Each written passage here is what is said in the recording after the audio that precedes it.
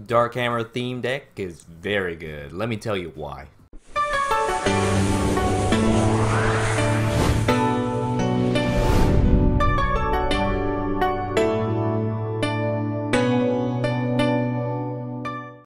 For those of you who've been keeping track of me, you know I did a first impression of the Dark Hammer deck where I tried it out for my first time, it didn't work out as well, and I looked at the cards and gave my opinion on how good they were. So after playing with them for a while, going to tournaments, winning a couple of packs, I like to come back and revisit again. Mostly my opinion is the same, but I do have a bit more insight to share with you guys this time. Now, if you don't know what Dark Hammer is, just click on Shop Redeem, then Shop, scroll down just a little bit, well, click on cards first, then scroll down, and you'll see it's 500 tokens. If you want it, you'll get it. Just keep on saving those tokens. It'll be yours. Now, let's take a look at what's inside. I'm going to have to go back to the main menu, go to Cards, Deck Manager, and you're going to find it right here. Now, before I talk about all the cards individually, I want to say that this deck is unique in that all the cards, if they have an evolution, they will evolve. So all the evolutions up there, most decks that you probably have do not have this. Like there's some weird basic Pokemon that's relatively weak that doesn't evolve into anything. This one does not have that. All of them will evolve. Now, let's take a look at what the Dark Hammer deck has as good. We're going to start off with the worst cards. Now, we have Mindfu and Mindshao. What's with Mindshao? Mindshao is a bit mediocre, 90 hit points, 2 colorless energies to do high jump kick though, so that's not bad, but 40 damage doesn't really get you anywhere. And Arrow Turn turns out to be bad overall because all the cards go back into your hand, you have to set it back up again, and whoever's on your bench is gonna not like this Mindshao. Like, you could stick out, you could Machop might accidentally get stuck as the active Pokemon, and you're like, oh my gosh, what am I gonna do with that? So you really have to have a bench Pokemon ready to go, and that bench Pokemon is gonna get attacked for free next turn. So this is pretty much what I think is the worst card, but it can do something, so don't erase it off the board yet. So now we gonna move over to Scrappy. Scrappy is one of your 2 dark Pokemons. It helps power us up with a Synergize with a different card I'll talk about later, but let's talk about this one for now. First attack, low kick, 30 damage, nah, you probably don't even try to use it. 90 HP, it's not gonna last too long. Machine Gun Headbutt. Now this is a bit weird because it has the potential to do up to 150 damage. It's all coin toss. Every heads you get out of 3 coins is 50 damage, which can pretty much knock out anything, but it's all luck, and Scrappy is confused. Overall, it has good damage potential, which is why you're not going to erase it off the board, but it's unreliable. But sometimes it can get you to win. Now, let's move on to what I think is the next best card, which is, or the next, well, let's just move on. Licky Licky. Look at those energy costs. 4 retreat energy costs and 3 to use his first attack, 4 for its final attack. It is expensive. However, this card actually turns out to be very good. You're gonna see a game a bit later where Knockoff actually burns off my opponent's entire hand. Knockoff damage is right under the two shot mark, but the ability to burn the opponent's hand is actually very good. Licky Chop usually does 60 to 90 damage, sometimes it does 1,000. I'm kidding, it doesn't. Sometimes you do need to put the extra energy to finish off an opponent's Pokemon, but knockoff is just pretty good enough. But sometimes you need Licky Chop. Now let's move on to Hariyama. Hariyama is a beast, and you're gonna see a game where Hariyama just totally dominates. It is a lot of hit points Rocket Slap hurts like crazy. Thick Fat is okay because it doesn't work all the time, but when it does, it's excellent. Hariyama is just going to be so hard to take down. It is an all-in though because you're not going to retreat with 4 energy. It's just way too much. All in.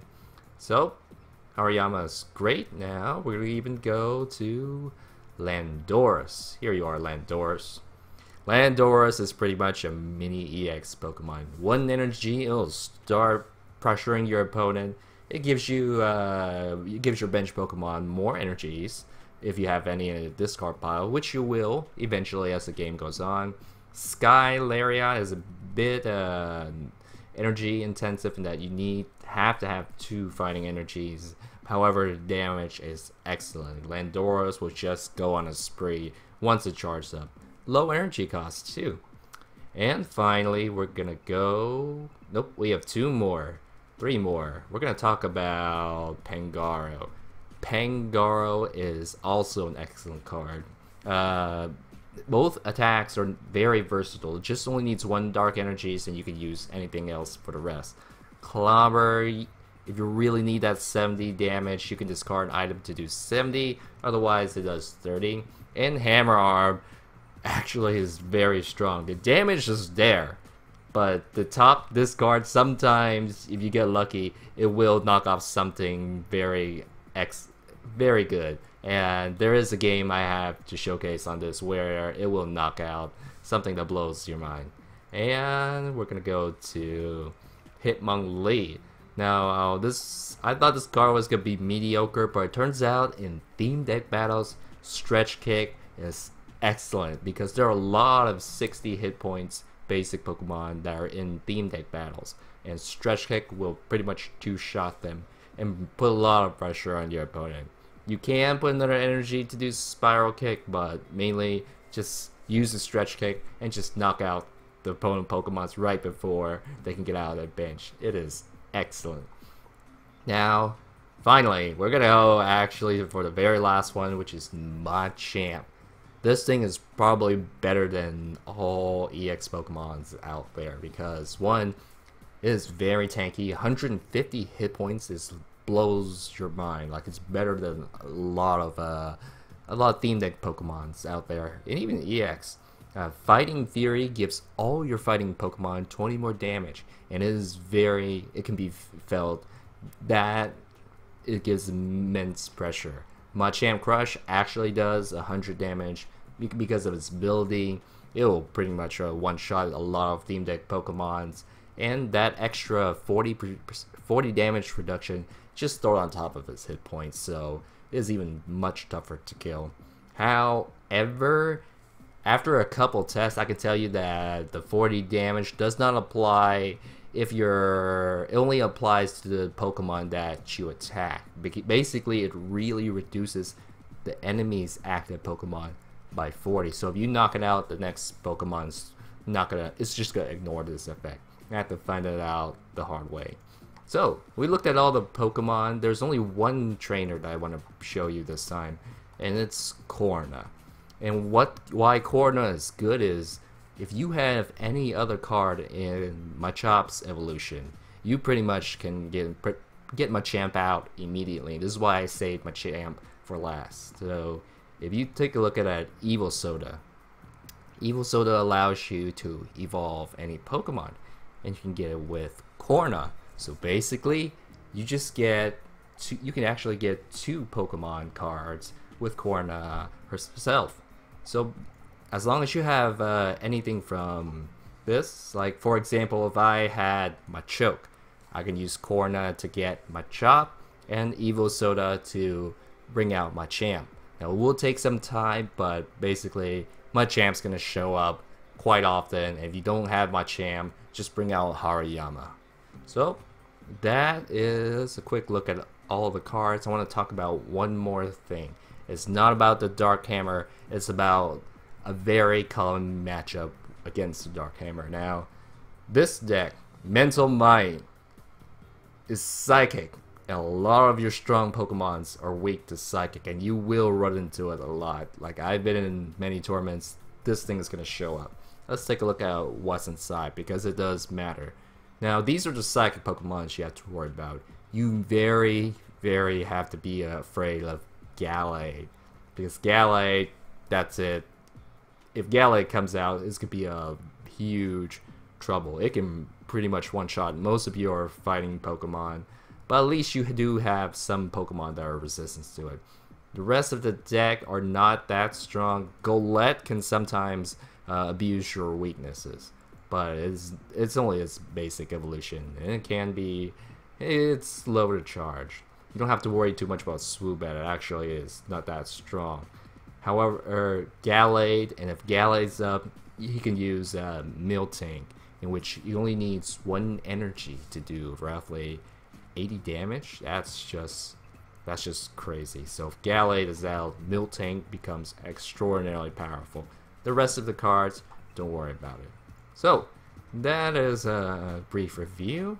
We'll go on to the next. After talking about all those cards, I want to showcase some matches where I use the Dark Hammer themed decks and go against other ones.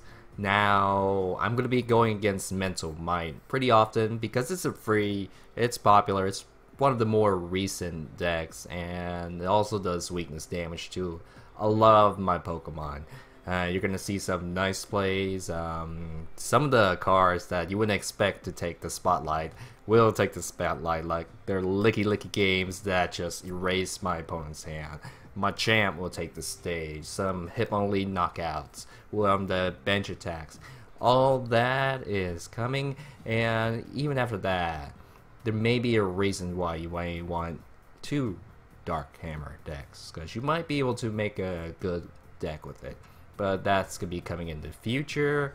And that's all we have for now. Please like and subscribe. I really appreciate it. And I'll see you real soon. Thank you.